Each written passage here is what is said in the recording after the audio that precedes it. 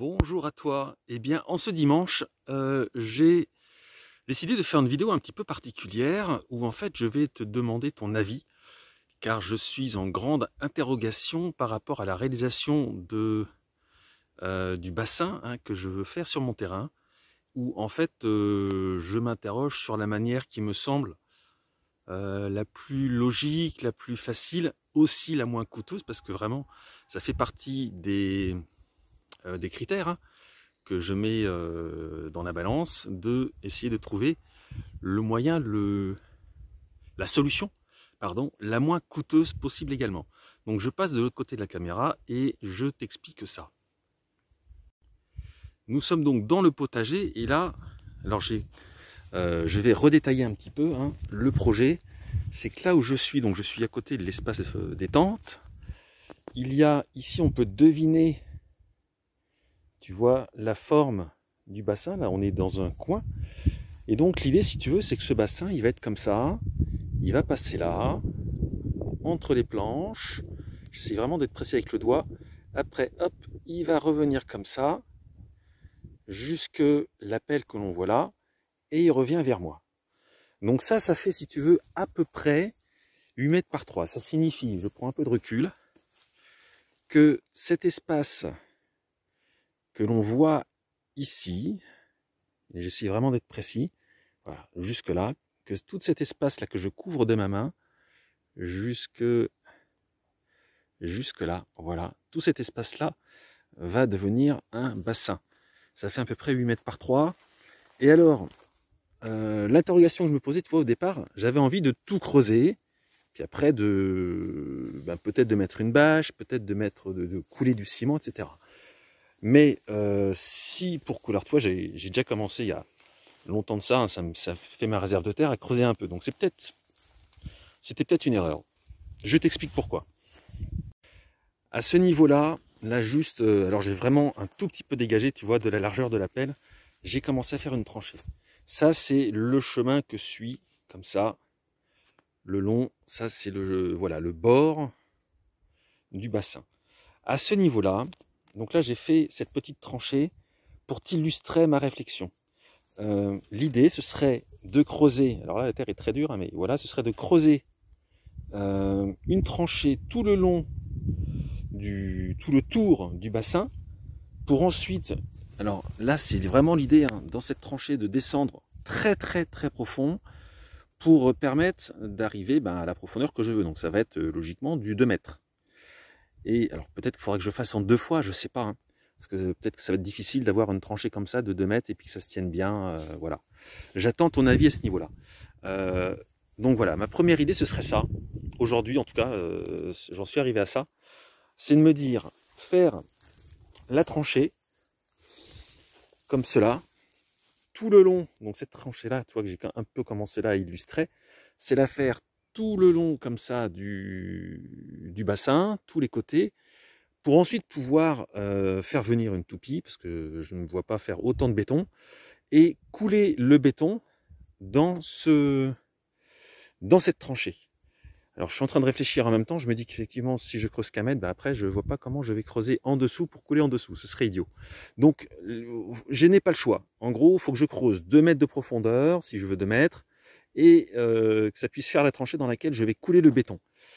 C'est l'idée que j'ai, en me disant que ça peut être intéressant, parce que comme ça, j'ai pas besoin, si tu veux, de faire comment je dirais, d'aménager, tu sais, de mettre des bois pour faire un coffrage, voilà, c'est le mot que je cherchais. Je ne serais pas obligé de faire des coffrages tout le tour, avec des renforts au milieu, etc., pour tenir le coffrage, parce qu'avec le béton, forcément, il va y avoir une pression très très importante. C'est un peu le souci. Je repasse de l'autre côté. J'espère que j'étais assez précis dans l'explication de ma réflexion actuelle. C'est vraiment l'idée de creuser de 2 mètres de profondeur dans la terre, et qu'en fait la terre, si tu veux, me serve de coffrage naturellement. Parce que la terre, elle a l'avantage quand même d'être costaud, donc même avec la pression qu'il y aura, vu qu'il y aura beaucoup de terre entre les deux parois, puisqu'il y aura à peu près 3 mètres, voire un peu plus ou un petit peu moins, mais à peu près 3 mètres, je me dis que cette terre-là, elle va résister à la pression du béton quand je le coulerai dedans. Ça, c'est ma réflexion. Alors, très sincèrement, je ne suis pas un pro du béton, moi. Tu vois, c'est pour ça que là, aujourd'hui, je te pose cette question. Parce que moi, je sais travailler le bois, mais le béton, c'est pas mon domaine. Mais c'est aussi, je crois, sachant que ce bassin, j'aimerais qu'il dure longtemps. Dans le temps, j'ai pas envie de recommencer dans 5 ans ou dans 10 ans, tu vois. J'aimerais quand même qu'il ait une pérennité importante et que vraiment, il reste très très longtemps viable et étanche. Le béton me semble la solution la plus, peut-être, je ne sais pas si c'est la plus rapide à la main, mais je pense que si, la plus rapide et peut-être aussi la moins coûteuse. Parce que la première solution, alors attends, je fais une petite pause. La première solution à laquelle j'avais pensé à la base, c'était de mettre de tout creuser, de creuser intégralement le bassin avec la forme, les escaliers, etc., etc., etc., de vraiment faire tout le bassin comme je le pensais, et ensuite, peut-être au départ de mettre une bâche. Sauf que la bâche, je me dis que si je veux pas que ça me coûte trop cher, ça va être une bâche de mauvaise qualité, et ça va pas durer longtemps. Donc il faudra de nouveau vider le bassin, après remettre une autre bâche. Enfin, je pense que ce ne serait pas très pérenne. Et pour cette idée de pérennité, j'en suis venu, je ne sais plus comment, pourquoi, mais à cette réflexion que faire une grosse épaisseur sur les côtés en béton me permettrait ça.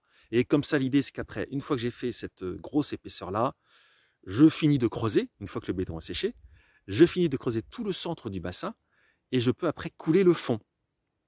Et là, je pense qu'on serait pas mal. C'est la réflexion du moment que je te partage, mais c'est une réflexion totalement interrogative, car c'est une idée que j'ai qui me traverse l'esprit, mais je ne suis absolument pas sûr de sa viabilité. Donc tu l'auras compris, je suis en pleine interrogation et c'est vraiment une vidéo interrogative où je suis ouvert à toute suggestion possible qui te semble raisonnable, sachant que on reste dans l'idée de faire un grand bassin.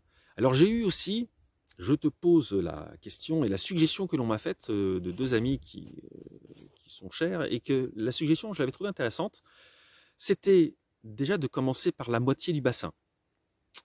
Alors pourquoi pas, effectivement, hein, de se dire, je coupe le bassin que j'ai envie de faire entier en 2, et j'essaie déjà de faire cette moitié du bassin, ce qui me reviendra moins cher et me permettra déjà d'avoir de l'eau. Et potentiellement après, si je veux refaire l'autre moitié du bassin, je peux toujours. Ça, c'est une réflexion, je pense, qui est intéressante aussi, parce que ça ferait un peu moins de travail, un peu moins coûteux, et ça peut permettre de voir si l'expérimentation est bonne. Voilà. Je vais conclure cette vidéo interrogative parce que après voilà, je suis vraiment curieux de lire tes commentaires et tes suggestions.